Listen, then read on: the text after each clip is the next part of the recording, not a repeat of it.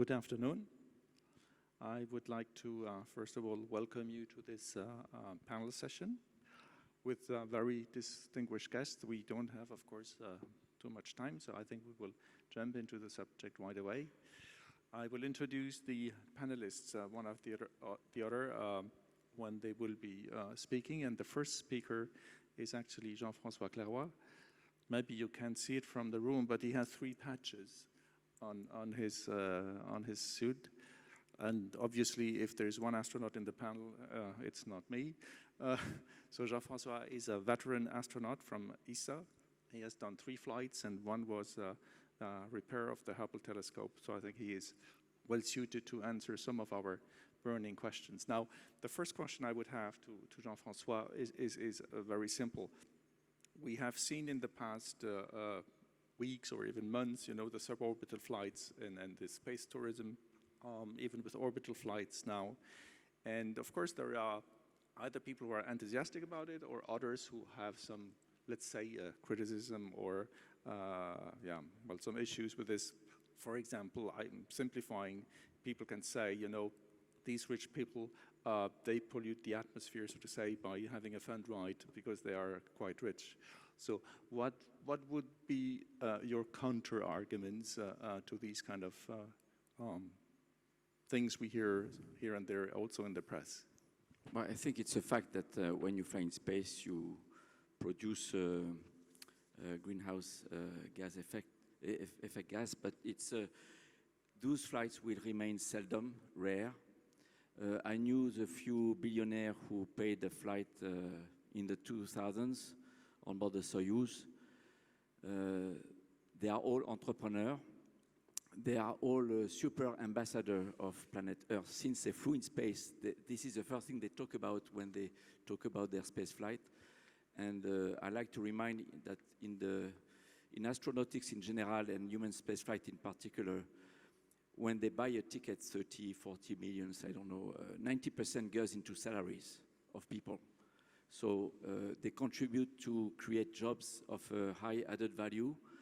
And since they contribute also to reduce the fixed cost of spaceflight transportation, they reduce the money coming from the taxpayer.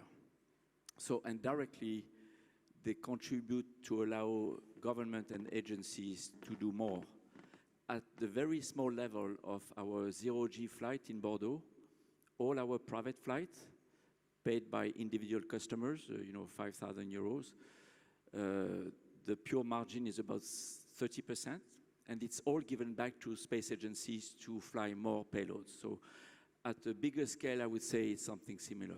But I think the number one benefit I see of few people who have some decision-making power and money, they contribute to high-value jobs. They contribute to decrease the government budget for given exploration missions, and they are becoming super ambassadors of Earth. Fine. I mean, there are now, of course, new elements. We have even heard during this conference here that there are new initiatives coming from the US industry for developing commercial space stations in the coming years. So with the space tourism, with this new era of low Earth orbit, so to say, populating LEO differently, how would you see the evolution of the job of an astronaut in this new era? You know, we have the space station. We know all about what is going on there. Professional astronauts. With this new era, how do you see the evolution of your job? For me, the answer is quite simple. You know, the astronaut job consists of operating complex machines in extreme hostile environment. So either you go to space to experience what it is to live, to be in space. And the only thing you have to train for is living. Donc sleeping, eating, washing your, personal hygiene and going to the bathroom. And being able to respond to emergencies. Basically, to put on your oxygen mask or to put on your suit that protects against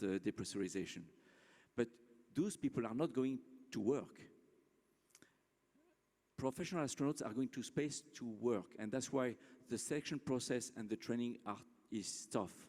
It's because we are asked to perform on a difficult task. So I think the astronaut job will remain the same. Tasks that can be automated, like transportation, we see with Crew Dragon, it's okay. I mean, transportation is just a transition to go to the place where we do the work. But to work with DNA sequencer, complex biological glove box experiment, doing spacewalk, doing assembly, robotics, this remains for professional. And if you want to do this as a billionaire, you have to go through the selection process, you have to train, and then the job. So it's like passengers of an airline, we never replace the pilot in the cockpit. So we will need astronauts to explore, to operate complex machines and systems.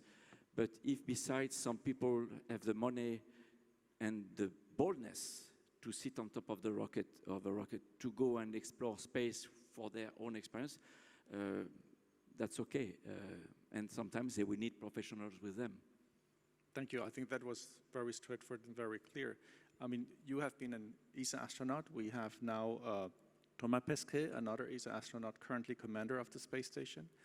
He will be joined during the weekend by Matthias Maurer, so from a German nationality, also an ESA astronaut. And subsequently, there will be Samantha Cristoforetti from Italy, also an ESA astronaut. We will be in space, so to say. Europe will be in the space for 18 months in a row, which has never been seen before. We have launched a new selection process for a new astronaut corps, and we got more than 22,000 applicants, which is really, it's an absolute record. Now, I think Mr. Aschbacher, so for those who don't know him, but I think everybody knows him, the new Director General of ESA, I mean, I think you can be, first of all, proud of what is currently being achieved, but question is also, astronauts are at the tip of the iceberg, but what, in your view, is the role really of an astronaut at ESA, but maybe also in other space agencies? No, thank you, Didier, and I think Jean-François has already explained the difference between the pilot and the passenger in the plane, and I think that's a very good description of it. But let me say one word on the astronaut selection. As you say, we had 22,589 applications, which is a huge number for 6 posts, or 4 to 6 posts. So you can imagine the selection criteria, the selection process, which is very tough in order to really retain the most qualified ones out of this huge pool of applications. On one side, this may sound frustrating because the chances of winning or being selected is relatively small. For me, this is great news. This is great news because it shows that young people have a dream to become an astronaut. And I think this is beautiful because it also shows that there's a new wave of investment in space, this new wave of space becoming more and more an element of daily life, but also a fascination for inspiration of people has really is a very strong factor. And this is something I'm very happy to see. And I'm also happy to see that so many candidates in Europe want to become astronaut. This is really marvelous. So how are they embedded? You mentioned Thomas Pesquet is now commanding the space station. This is quite an honor, and I'm very grateful to NASA, Roscosmos, CSA, JAXA, the partners on the space station, for giving him this honor to do so. Matthias Maurer will follow to the space station this week. I'm actually flying right from here tomorrow morning to Florida Kennedy Space Center to really be there when he goes into the space station. And then we have Samantha Cristoforetti in spring next year to follow again Matthias Maurer. So we have 3 astronauts in a row in the space station. That for Europe is a lot, and it means that this is a big achievement. And they are, of course, part of the international group of astronauts. There is work to be done, as you mentioned, to make sure the space station is running, is maintained, is repaired if there's repairs necessary. But there's a lot of science done on the space station. I recently had a press conference with Matthias Maurer, and he said that about 160 experiments he will be involved during his stay on the space station. So there's a lot of science which is being performed, and this is actually the purpose of the ESA investments in the space station, to really conduct science, experiments that are being carried out in order to explore new frontiers and new possibilities. And this is just so fascinating, and I'm very happy that we have these 3 astronauts in a row doing exactly that. Thank you very much. Exactly 60 years ago, the USSR, and followed shortly by the US, have sent the first humans into orbit. Now, China has also done this in 2003, and in the let's say in the next 1-2 years, we'll hear about this. India will also join this club. Now, the question could be, and the politicians in Europe could ask, and maybe they are asking, what about Europe? Why aren't we yet, so to say, part of this club? So I would like maybe to have even your personal opinion about how do you see the future of European human spaceflight? Is something happening, or when you're in contact with politicians, is there a topic of discussion? No, thank you. This is a very important point, and you say I could give my personal opinion, and yes, I will do so, because formal opinions or decisions of ESA are defined and decided by member states.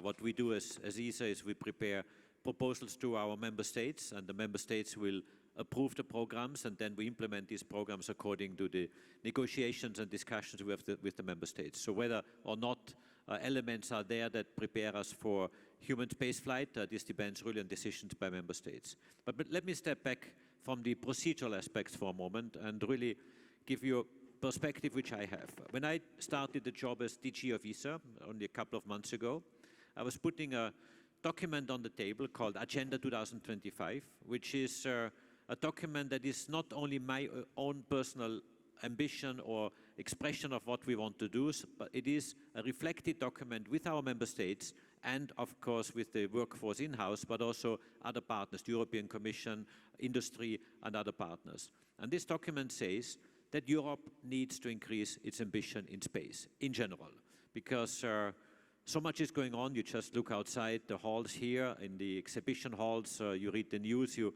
get all this excitement and all these investments that are done by private industry, commercial sectors very strongly investing, not only billionaires, but really venture capital funded companies. Space is in a new era, in a new, would almost call it a new race which is taking place between the commercial companies, but also government institutions are investing much more in space in the US, in China, in Japan, also in Europe and in other countries.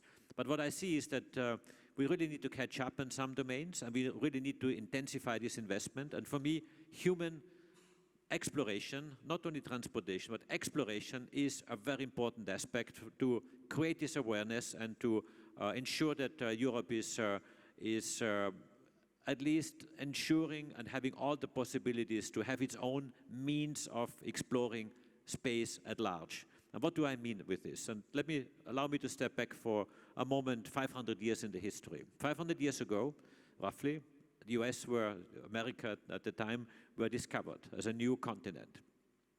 As you all know, Christopher Colombo and several other ships cruised over the Atlantic and were discovering this new continent because they had a ship.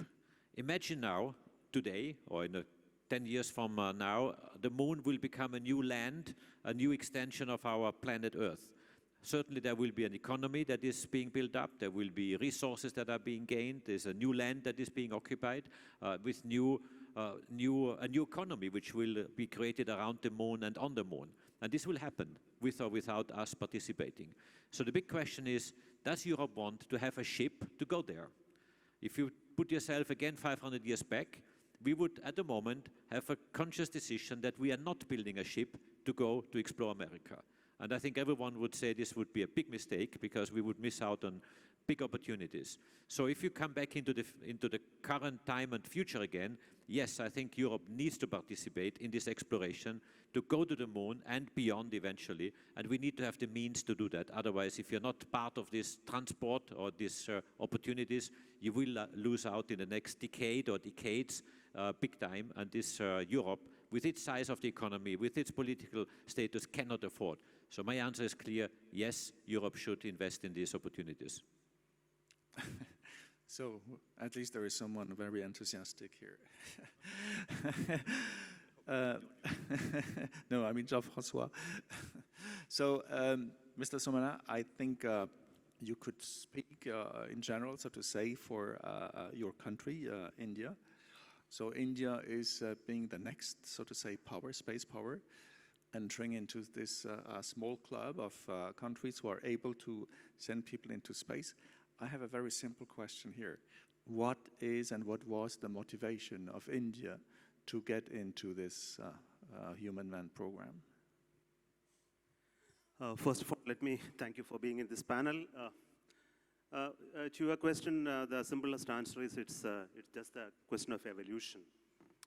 After having established certain capability nationally for building spacecrafts, applications, and launch vehicle, and carrying out large number of missions for various applications domain, it's very quite natural that we move over from that capability, making use of that capability for human spaceflight. And it has not happened just like that. We have been working for the last 10, 15 years. In 2007, we did an experiment for bringing spacecraft from orbit. We called it a Space Capsule Recovery Experiment, very successfully at the precise location. In 2014, we did another experiment for bringing the crew module in a suborbital mission, landing using the similar size of a human capsule with its parachute systems, and recovered using ship, so that we demonstrated.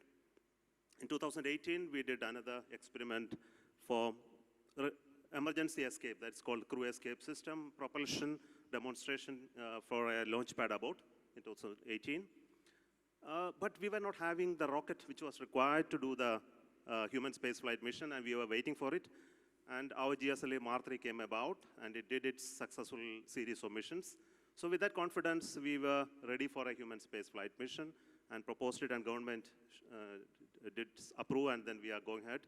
Our goal or the motivation, this is very simple, that we want to go to the next step. Human space flight, as Joseph mentioned, is the next step the human being, once you have a certain ability to take, to travel, to explore. It's naturally this is the next step. And it is a very inspirational step, and it actually brings about a quantum jump in terms of the capability, technical capability, the industrial capability, and also the type of inspiration it generates on younger people. We look at all those measures and then took that very calculated decision to go about to show that we are able to place an Indian in orbit and then bring him back safely. Right now, the scope has been limited to that in terms of the definition, but we also have a long-term plan. Excellent. I think this is quite interesting. Now, just a very short additional question. I think it's going to low Earth orbit, as we see today with the Moon and Mars exploration programs, either robotic or human. Do you see this as only a first step for India? Do you have other plans after that? Definitely, we have further plans, but it is not announced. In terms of, first and foremost, we need to enhance the payload capability of a launcher to handle continued human missions with numbers. Currently, the GSLA Mark III has almost 8 to 9 ton LEO capability. We need to expand that with our propulsion system enhancement. We are also looking at how we can build a sustainable human ecosystem in space using our own platforms. So currently, the conceptual design discussions are going on. Of course, definitely it is further to the first mission, we need to work on it. We are also developing a human spaceflight center where we are able to develop human-centric technologies. Maybe the initial missions will go with a lot of support from various sub-agencies and all over the globe, but it has to be taken further with developing the required capabilities in terms of human-centric technologies, training, creating astronauts pool. All those things are currently under discussion. Thank you very much. I think we can now go to the next speaker. So, Mr. Roussel, you are the CEO of a well-known European company, Ariane Group. And as it has been mentioned by Mr. Samana, we need a launcher to go into space. It's not just the spacecraft carrying the humans. It has to get the right delta V, as we say in our language. So what would you say about the current capabilities of Europe in general, not just for your company, on what we're already doing for preparing human space flight? And the next question will be, what will we do after? So thank you. We have, since the stop of the Hermes program some years ago, Europe has chosen to cooperate, in fact, on human space flight, and including industrially.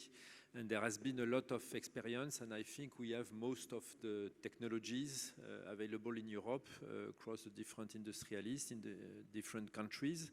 And this is the beauty of it. You know, it's really cooperation internationally, but as well cooperation between our countries in Europe. And I think it is the essence of ESA to launch programs like that. So what do we have in the past? We have had ATV led by Airbus with cooperation with Thales Alenia Space. We have had ARD, a lot of number of topics, and currently there is an interesting program, again in cooperation with the US, which is the European Service Module, in which most of the European industries are involved, and including Ariane Group, because we are under the lead of Airbus doing the propulsion system of this European Service Module, which hopefully will fly beginning of next year for the first time with the Orion capsule in the US. So I think we have been really part of this adventure in cooperation. But now, as already stated, I think the question is, do we need our autonomy for that, and to have a further autonomy, which doesn't mean no cooperation, but going a little bit further. Now, I would like to elaborate a little bit with you on the further. We have, as you just explained, there are some seed activities, some technologies, re-entry technologies you mentioned as well. So what is still missing, so to say, to start the engine, so to say? Let's say if we get sometime a political blessing for these kind of ideas, what in addition does it take to start the engine? We have seen that, in the program in India, but also other countries have gone through this. It needs at least 10 years between the decision and the real, final test flight and operational flight. So what is still missing? So maybe to start with, I would come back to the example given by Joseph on the conquest of new territories. And I think this is where we are in space. The last decades were about going from Earth to one orbit. One point, you deliver, let's say, the astronauts or the cargo or the satellite or whatever on an orbit. And I think what is going on right now is that we are going to have space as a new territory. And we will have to have space transportation systems that go from Earth to an orbit, but as well between orbits, or between, let's say, the moon, or go to Mars, why not one day, and come back, by the way, and especially if we are talking about human space flight, obviously we want to come back. So all this, I think Europe has to work on it as part of an integrated space transportation system, collaboration between all our skills and assets. And this is typically part of the studies that we have worked with ESA to prepare the future in the frame of space transportation's future new next European space transportation system, the NEST study, for which there will be as well some further studies to prepare the ministerial. So I think the willingness starts to be here. And the opportunity, I think, is created by the fact that space transportation is really a changing era. We are coming from a trajectory, let's say, topic to a territory topic. And in this, we will have obviously not only human space flight, but fully consistently to be able to transport human and cargo in the future space transportation that we will have in cooperation with between the countries, but as well potentially with as well other big space powers.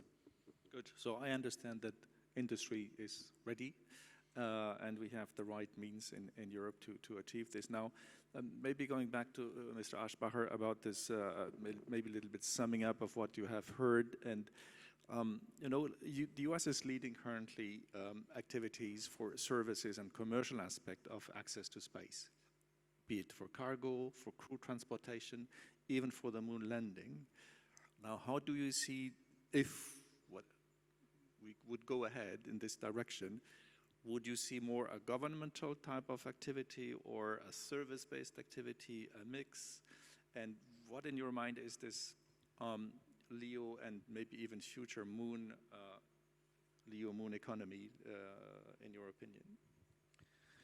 No, thank you. I think this is a very, very important question. First of all, as we have heard, there's a lot of capabilities existing also in Europe in order to do if required. But what it does need is a political decision that this is a domain where Europe wants to engage, and this are always political decisions. I think of the US, go back to JFK, go back to the recent announcement that the US is going back to the moon. Think of China, think of India. These are political decisions that are made in order to allow and develop this capability. Technically, yes, we can do that. And ESA and industry, we have all the capabilities, not all of it ready, but certainly we will do the necessary developments to make this possible. So from that point of view, I would be rather confident that this can be developed. Of course, it takes its time, and all that needs to be developed and put together to make it, to develop the overall human exploration capability. Having said that the decision is a political one, there's also, and you mentioned it before, the commercial angle. Today, we would certainly develop this capability very differently than it was done some years ago. We already see it happening in the US, where commercial companies are developing a human-rated rockets with human exploration goals. The commercial sector, also in Europe, in my opinion, will have to play a major role, and the setup and the way how such a program, if decided, would be implemented, would be very different compared to previous similar programs. And I think this is good news in a way, because on one side it would offer opportunities for the commercial sector, for private companies, either within the space domain or outside the space domain, to invest into a future transportation and exploration agenda. And if some private people are doing that, or private companies are doing that already in other parts of the world, they have a reason for it. They are doing it maybe for fun, partially, but also certainly for economic reasons and very clear economic prospects which they are seeing there. So yes, there is also prospects in Europe for sure. And we as public entities, as ESA, we would certainly play a big role to make it possible to help this to enable, but maybe not the same role, or certainly not the same role as we are playing today in developing, for example, a rocket, Ariane 5, Ariane 6, and I'm looking a bit also to André Hubert, because we do realize, both of us, that in order to go in the next phase, that means the next generation of such a development, the commercial sector needs to be really on board and to a good extent also drive such an initiative. We are ready. We have a lot of excellence across Europe. We are ready to help and support such a system, but it needs politicians to make decisions and or private entities, commercial companies, or private persons to invest and take also some risk and move forward.